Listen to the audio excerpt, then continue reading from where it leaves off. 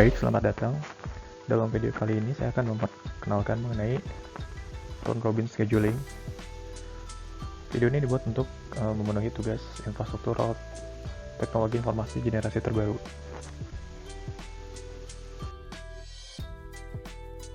Dalam video kali ini terdapat 5 pokok bahasan. Yang pertama itu pengertian round robin, yang kedua itu konsepnya, yang ketiga itu kelebihan dan kekurangan, yang keempat itu contoh algoritma round robin, dan yang terakhir adalah latihan soal untuk round robin. Baik, untuk materi yang pertama itu ada pengertian round robin. Ini pengertian round robin adalah salah satu algoritma scheduling pada CPU di mana semua proses yang dijalankan akan dieksekusi secara cyclic, yang berarti algoritma ini akan menjalankan proses dalam batas waktu tertentu. Dan apabila proses tersebut telah berjalan melewati batas waktu yang ditentukan, maka proses ini akan otomatis diberhentikan sementara atau di pause dan dimasukkan ke dalam queue yang paling belakang. Kemudian algoritma ini akan lanjut menjalankan proses lain dari queue yang paling depan. Round robin merupakan algoritma scheduling yang sederhana, mudah diterapkan, dan dapat menjalankan berbagai proses secara multitasking. Selain itu, algoritma ini juga bersifat starvation free, yang berarti algoritma ini dapat menjalankan semua proses secara bergantian tanpa memprioritaskan proses-proses tertentu. Low priority proses yang tidak diblokir dan high priority proses tidak akan terus dieksekusi. Selanjutnya, kita akan masuk ke konsep round robin. Round robin bekerja dan menggunakan sistem time sharing secara adil pada setiap proses yang akan dieksekusi atau dijalankan, yakni dan menggunakan static quantum time. Algoritma ini akan menjalankan suatu proses berdasarkan quantum time yang telah diberikan. Apabila waktu eksekusi tersebut telah habis, maka algoritma ini akan berhenti menjalankan proses tersebut dan memasukkannya pada queue terakhir. Kemudian, algoritma ini akan melanjutkan eksekusi pada proses lain yang berada pada queue yang paling depan, berdasarkan time quantum yang diberikan dengan urutan kerja yang sama dengan proses sebelumnya.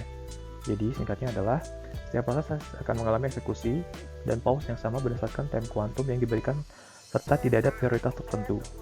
Konsep kerja round robin sangat bergantung pada time quantum yang telah ditentukan. Di sini ada flowchart mengenai alur kerja dari proses round robin. Yang pertama, kita lihat ada ready queue di sini. Ada ready queue, lalu setelah itu dia akan memilih proses. Di sini ada conditional. Nah, apabila burst time-nya lebih kecil daripada time quantum, maka dia akan mengeksekusi hingga berakhir. Lalu termination. Tapi apabila time quantumnya itu lebih besar dari burst time, maka dia akan mengeksekusi untuk time quantum yang telah ditentukan. Lalu setelah time quantumnya habis, maka dia akan memilih untuk proses selanjutnya. Apabila masih tersisa, dia akan terus berulang, dan apabila proses dia akan berakhir. Sumber ini saya dapat dari link tersebut. Dan sekarang kita masuk ke dalam kelebihan dan kekurangan. Untuk round robin scheduling ini, keuntungannya adalah memberikan kinerja terbaik dalam average response time, cocok untuk time sharing system, client server arsitektur, dan interactive system. Namun kekurangan dari metode ini adalah menyebabkan starvation untuk proses dengan burst time yang lebih besar, karena harus mengulang cycle berkali-kali. Kinerjanya sangat bergantung pada time quantum, dan prioritas tidak dapat diatur untuk proses. Nah, di sini ada contoh soal algoritma round robin, tapi sebelum masuk ke contoh soal, kita harus memahami dulu beberapa konsepnya. Yang pertama itu ada arrival time, atau di sini kita singkat jadi AT. Itu adalah waktu dalam millisecond di mana suatu proses tiba di queue dan siap untuk memulai eksekusi. Yang kedua itu ada burst time, yaitu waktu yang dibutuhkan dalam millisecond oleh suatu proses untuk dieksekusi. Lalu ada conclusion time, yaitu waktu ketika suatu proses menyelesaikan eksekusinya dan keluar dari sistem. Lalu ada turnaround time, yaitu total interval waktu yang ada antara waktu pengajuan proses dan waktu penyelesaiannya. Lalu ada waiting time, yaitu total waktu yang dihabiskan proses sambil menunggu dalam antrian siap hingga mendapatkan CPU. Dan yang terakhir itu adalah response time, yaitu selisih antara waktu kedatangan dan waktu proses pertama kali mendapatkan CPU. Nah, di slide selanjutnya ini ada contoh soal. Nah, perlu kita ingat bahwa round robin scheduling ini sangat tergantung pada time quantum. Di sini time quantumnya itu sudah ditentukan, yaitu time quantumnya 3. Nah, di sini kita lihat ada sebanyak 5 proses dari P1 hingga P5. Lalu kita lihat ada arrival time hingga response time. Nah, di sini untuk arrival time dan boost time itu nilainya sudah terdefinisikan dari awal. Untuk conclusion time hingga response time itu nilainya akan mengikuti dari ready queue dan Gantt chart yang nanti akan kita buat ya.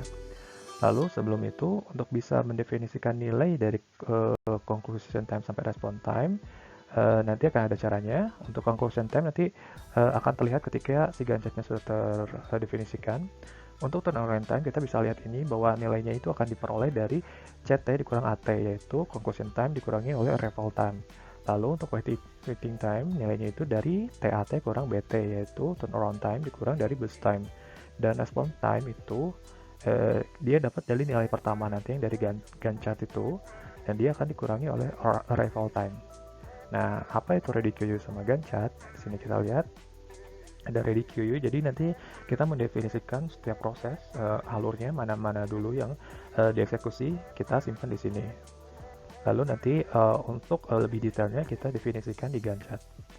Nah, langsung masuk ke soal. Kita lihat di sini di proses P1 hingga P5 kita lihat ada arrival time-nya ada 0, 5, 1, 6, 8, dan kita lihat mana arrival time yang paling awal, yaitu P1 ya. P1 arrival time-nya 0. Nah, setelah kita definisikan di ready queue, lalu kita definisikan juga di Gantt chart, yaitu P1 nilainya itu 0.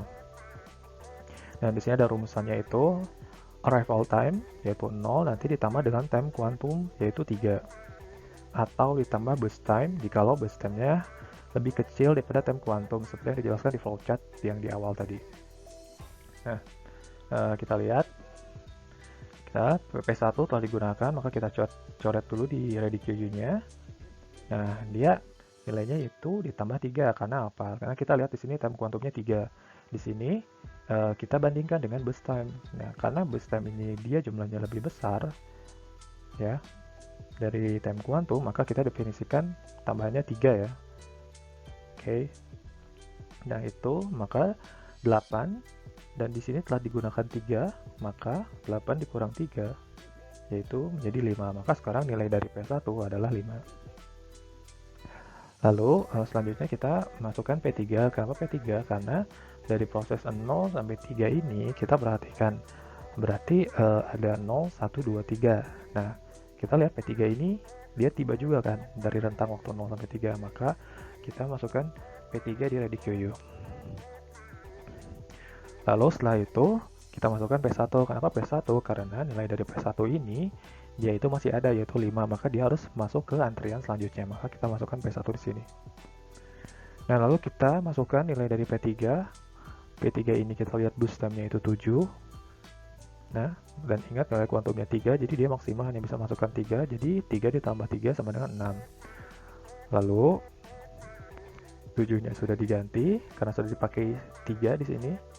Berarti 7 kurang 3 sama dengan 4. Jadi sekarang yang untuk P3 itu 4. Oke, selanjutnya yang masuk adalah proses P2. Kenapa P2? Karena dari rentang waktu 3 ke 6 ini, dia kan kita lihat tuh, ada 5, ada 6, ya kan? Berarti dia itu masuk ke antrian selanjutnya. Lalu ada P4 yang value-nya 6 ya, karena di sini dia sampai 6 kan? Berarti dia juga masuk, seperti itu.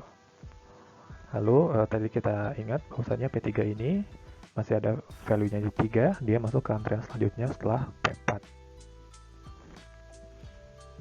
Oke, lalu kita masukkan nilai dari P1. P1 kita masukkan ke Gantt chart lagi. Jadi sini P1 dan value-nya 5 dan maksimal kuantum 3, berarti dia bisa masuk sebanyak 3, jadi 9. Nah, setelah itu di P1 5, karena di sini sudah dikonsumsi 3, diambil 3, jadi value-nya sekarang tersisa 2. Oke, lanjut. Lalu kita lihat dari proses 6 ke 9, apakah ada arrival time yang terlewati? Ada, yaitu P5. P5 8, berarti dia masuk di antara sini ya, maka P5 masuk ke ready queue. Lalu kita lihat P1 juga belum habis, P1 masih sisa 2, maka dia masuk ke ready queue. Nah, di sini kita lihat bahwa P1 ini dia itu base time-nya lebih kecil dari time kuantum. Maka ingat di rumusannya tadi, apabila base time lebih kecil daripada kuantum, maka kita masukkan base time-nya. Nah, di sini 9 dimasukkan 2 jadi 11. Oke, kita lihat di sini P2. P2 kita lihat value-nya base time-nya yaitu 2. Nah, kita ingat bahwasanya kalau misalnya base time-nya lebih kecil daripada time kuantum, maka kita langsung saja memasukkan base time. Jadi di sini P2 itu value-nya 2. Nah, 9 ditambah 2 sama dengan 11. Jadi seperti itu ya. Nah, P2 kita coret dan P2 berakhir. Dia tidak akan dipakai lagi di proses selanjutnya. Lalu kita lihat P4. P4 itu value-nya base time-nya 3. Maka dari itu 11 ditambah 3 yaitu 14. Nah, di sini karena base time-nya sama dengan time kuantum, jadi tidak terlalu banyak membuat perbedaan ya. Langsung saja. Dan P4 ini sudah berakhir, value-nya sudah habis, sudah 0, jadi tidak akan digunakan lagi. Lalu kita selanjutnya masuk ke P3. P3 ini ya, P3 ini value-nya 4, lebih besar dari time kuantum. Maka dari itu kita masukkannya hanya 3 ya. Jadi 17. Lalu P3 ini dikurangi ya, 4 dikurang 3, maka value terbaru dari P3 adalah 1. Lalu setelah itu kita masukkan P3 ini ke ready queue selanjutnya karena dia masih ada nilainya. Lalu yang terakhir ada si P5. P5 ini dia bakal masukkan ke Gantt chart. Dan di sini P5 17 ditambah time kuantumnya 3. Nah, setelah itu 5 dikurang 3 yaitu 2. Oke, selanjutnya itu kita lihat value terbarunya dari P1. P1 ini base time-nya masih ada 2, tinggal dimasukkan ke sini. Jadi 22. Dan di sini P1 sudah berakhir ya, sudah habis. Lalu kita masuk ke P3. P3 itu masih ada base time-nya 1, 22 tambah 1, 23. Lalu yang terakhir ada P5. P5 itu value-nya ada 2, jadi 23 ditambah 2 yaitu 25. Lalu untuk selanjutnya kita menentukan conclusion time, yaitu conclusion time itu kita lihat dari Gantt chart, kita lihat dari kanan. Kemunculan setiap proses yang pertama itu ada di mana. Misalnya P1 kita lihat yang paling awal dia ada di sini. Lalu value conclusion time-nya itu adalah nilai yang setelah dieksekusi, yaitu di sini. Lihat saja nilai ini. Nah, maka dari itu P1 berapa? P1 itu nilainya adalah 22. Lalu P2 itu nilainya itu 11 ya, di sini kan yang pertama kali muncul P2 dan hanya satu-satunya. Lalu P3 kita lihat P3 pertama kali muncul di sini, value-nya itu 23. Lalu ada P4, P4 itu kita lihat di sini value-nya 14. Lalu ada P5, P5 ini paling kanan ini 25. Jadi itu selesai untuk conclusion time. Selanjutnya kita untuk turnaround time itu kita ingin lihat rumusannya itu CT ini dikurangi dengan AT, 22 dikurang 0, 22, 11 kurang 5, 6, 23 kurang 1, 22, 8, 14 kurang 6 sama dengan 8, maaf. 25 kurang 8 sama dengan 17. Lalu selanjutnya untuk waiting time, TAT kurang BT berarti ini dikurangi dengan ini. Kita lihat di sini 22 dikurang berapa? 8 itu 14. Lalu 6 kurang 2, 4. 22 kurang 7 sama 15. 8 kurang 35. 17 dikurang 5 sebenarnya 12. Lalu selanjutnya untuk response time itu kita lihat first di sini maksudnya adalah first occurrence gitu. Kita lihat P1 occurrence yang dari kiri. Kalau tadi conclusion time kita lihat dari kanan yang pertama kali muncul, kalau si response time itu yang first itu kita lihat dari kiri. Value pertamanya P1 value pertamanya berapa? 0 kurang 0 0. Lalu P2 value pertamanya 9 dikurangi 5, 4. Seperti itu ya seterusnya. Nah di sini berapa? P3 3 ininya revoltnya 1, 2. Lalu selanjutnya ada P4. Dia itu 11 di sini. Kurang 6, 5. Lalu yang terakhir itu ada P5 kita lihat P5 itu ada di ini 17 kurang 8 yaitu 9. Seperti itu.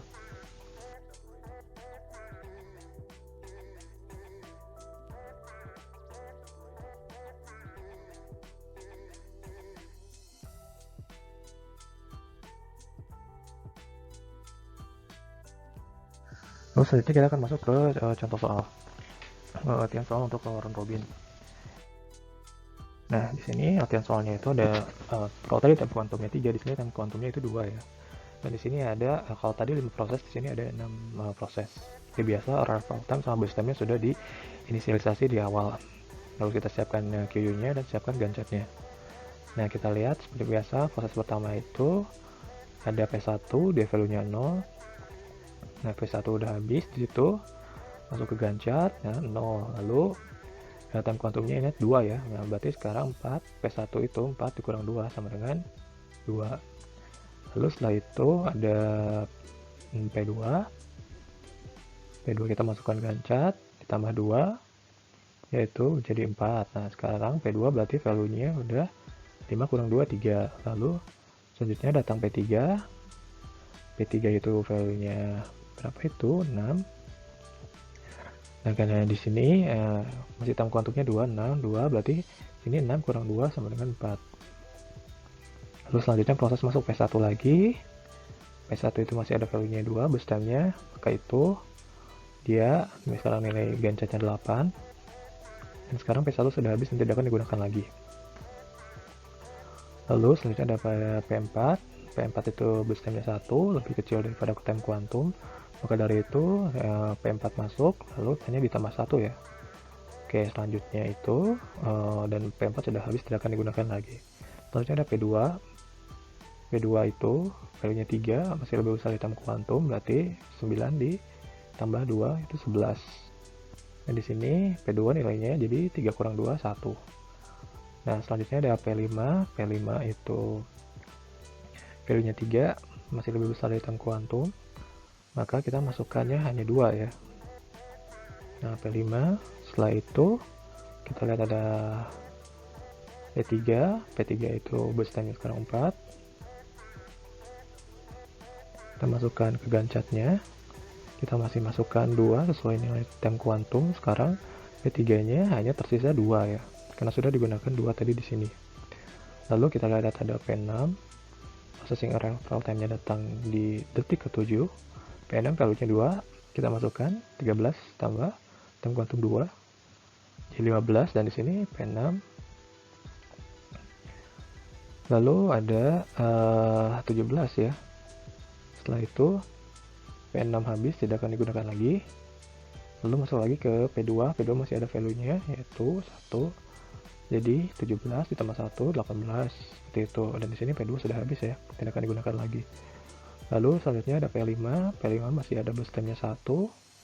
Dari itu ditambah, kita masukkan ke gancet, P5 ditambah 1, 18 tambah 1 sama dengan 19. Seperti itu. Dan yang terakhir,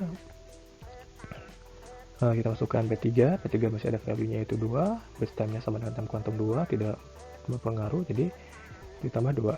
P3 jadi 19 sama 2, 21. Seperti biasa, conclusion time kita lihat dari kanan.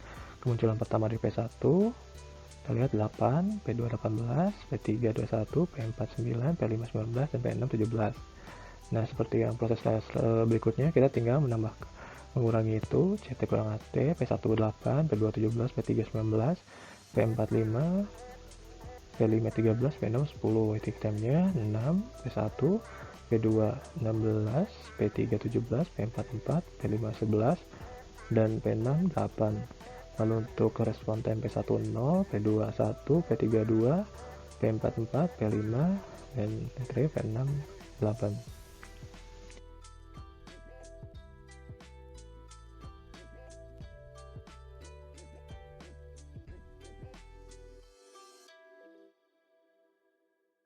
Oke, sekian dari video kali ini. Mohon maaf bila ada kesalahan. Saya ucapkan terima kasih bagi yang telah menonton, dan Assalamualaikum warahmatullahi wabarakatuh.